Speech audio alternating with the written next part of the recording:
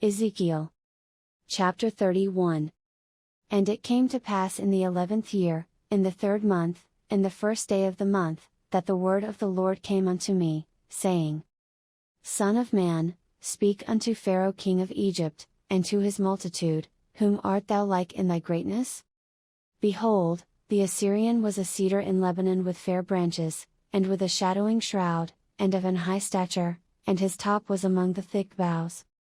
The waters made him great, the deep set him up on high with her rivers running round about his plants, and sent her little rivers unto all the trees of the field.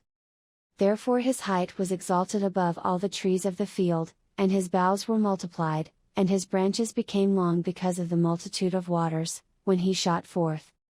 All the fowls of heaven made their nests in his boughs, and under his branches did all the beasts of the field bring forth their young, and under his shadow dwelt all great nations. Thus was he fair in his greatness, in the length of his branches, for his root was by great waters. The cedars in the garden of God could not hide him, the fir trees were not like his boughs, and the chestnut trees were not like his branches, nor any tree in the garden of God was like unto him in his beauty. I have made him fair by the multitude of his branches, so that all the trees of Eden, that were in the garden of God, envied him. Therefore thus saith the Lord God, because thou hast lifted up thyself in height, and he hath shot up his top among the thick boughs, and his heart is lifted up in his height.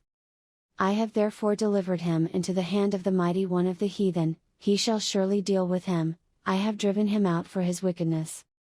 And strangers, the terrible of the nations, have cut him off, and have left him, upon the mountains and in all the valleys his branches are fallen, and his boughs are broken by all the rivers of the land, and all the people of the earth are gone down from his shadow, and have left him.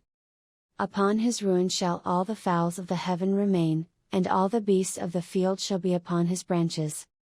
To the end that none of all the trees by the waters exalt themselves for their height, neither shoot up their top among the thick boughs, neither their trees stand up in their height, all that drink water, for they are all delivered unto death, to the nether parts of the earth, in the midst of the children of men, with them that go down to the pit. Thus saith the Lord God, in the day when he went down to the grave I caused a mourning, I covered the deep for him, and I restrained the floods thereof, and the great waters were stayed, and I caused Lebanon to mourn for him, and all the trees of the field fainted for him. I made the nations to shake at the sound of his fall, when I cast him down to hell with them that descend into the pit, and all the trees of Eden, the choice and best of Lebanon, all that drink water, shall be comforted in the nether parts of the earth. They also went down into hell with him unto them that be slain with the sword, and they that were his arm, that dwelt under his shadow in the midst of the heathen. To whom art thou thus like in glory and in greatness among the trees of Eden? Yet shalt thou be brought down with the trees of Eden unto the nether parts of the earth, thou shalt lie in the midst of the uncircumcised with them that be slain by the sword. This is Pharaoh and all his multitude, saith the Lord God.